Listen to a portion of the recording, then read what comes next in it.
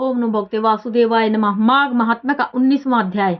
महर्षि वशिष्ठ के मुख से गंधर्व कन्याओं की मुक्ति के बारे में सुनकर महाराज दलीप ने प्रश्न किया, हे गुरुवर, गंधर्व कन्याओं को क्यों सांप का भागी बनना पड़ा? वे गंधर्व कन्याएं किसकी पुत्रियां थी? उनकी कितनी संख्या थी तथा उनका क्या दोष था? माघ मास में उन्होंने कहाँ माघ स्नान किया था? एवं महर्षि लोमस द्वारा किस प्रकार उनके पापों का शमन हुआ, यह जानने की मेरी प्रबल जिज्ञासा है।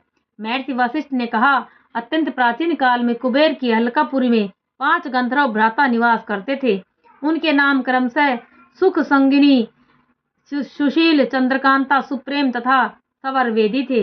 उन 5 गंधर्वों के 5 कन्याएं थी।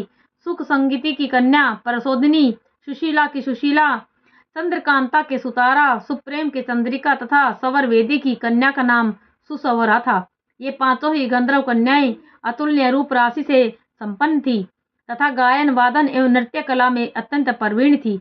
जब वे ये यक्षराज कुबेर की सभा में अपना गायन, वादन तथा नृत्य प्रस्तुत करती थी तो संपूर्ण सभा सम्मोहित होकर रह जाती थी।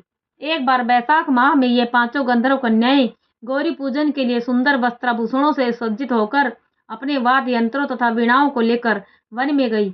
वन में एक सरोवर के समीप पहुंचकर उन्होंने गौरी पूजन हेतु कमल पुष्प तोड़ना प्रारंभ कर दिया। इसके साथ ही उन्होंने उस सरोवर में स्नान भी किया। वस्त्र परिवर्तन, रोड़ी, स्वर्णमयी बालुका से देवी पार्वती की प्रतिमा निर्मित की तथा रोड़ी, चंदन, कुमकुम, अक्षत, कमल तथा परिजात पुष्पों एवं धूप दीप नैवेद्य आदि से देवी का पूजन किया। गौरी पूजन के पश्चात उन्होंने प्रतिमा के सम्मुख गायन वादन करते हुए नृत्य करना प्रारंभ कर दिया।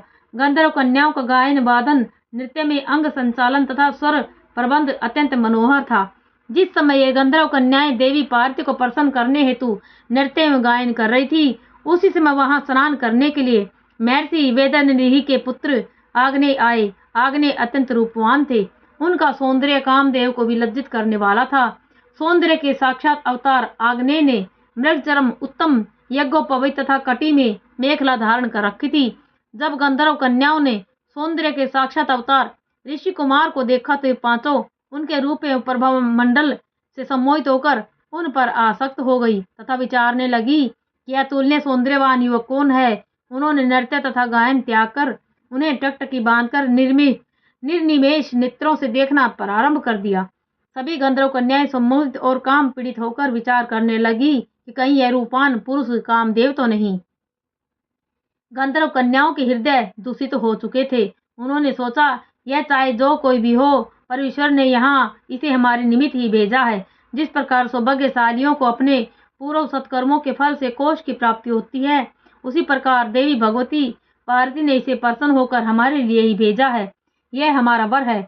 वे आपस में कहने लगी, इसे मैंने वरा है, इसे मैंने वरा है। आपस में इस प्रकार चर्चा करती हुई गंधर्व कन्याएं भ्रमित होकर आनंद मगन होकर नृत्य करने लगी। ऋषि कुमार आग्नेय ने गंधर्व कन्याओं को अपने विषय में इस प्रकार की चर्चा करते देखा तो अब मध्याह्न क्रिया से निवृत्त होकर विचारने लगा कि यह तो बड़ा अनर्थ हो गया। क्या ये सुंदरियां मुझे भी विचलित करके सम्मोहित कर लेंगी? तब मैं किस प्रकार अपने धर्म और शील की रक्षा कर सकूंगा? अतः मुझे यहाँ से चलना चाहिए। ऐसा विचार मन में करके ऋषि कुमार आग्नेय गंधर्व कन्याओं के अपने समीप पहुंचने के पूर्व ही अपने योग बल से अदृश्य हो गया। योग शक्ति से अदृश्य हुए ऋषि कुमार को अपने सामने न पाकर वे सुंदरियां प्यास से व्याकुल मृगियों के समान दुखी और उद्वेलित हो गई। उन 5 गंधर्व कन्याओं ने व्याकुल होकर ऋषि कुमार आग्नेय को बहुत ढूंढा, पर वह नहीं मिला। इस प्रकार ऋषि कुमार आग्नेय के वियोग से दुखी और व्याकुल मृगियों के समान दुखी और उद्वेलित हो गई। दुखी व्याकुल होकर गंधर्व कुमारी अचेत हो गई। कुछ समय बाद मूर्छा से मुक्त होते ही वे मणि खोए सर्प की तरह व्याकुल तथा विकसित होकर अपने घर पहुंची। यहाँ वे सीधे सेनागार में पहुंचकर अपने अपने बिस्तरों पर मूर्छित होकर गिर गई। न तो उन्होंने भोजन किया और न ही किसी से कोई बात की। ओम नमो भगवते वासुदेवाय नमः।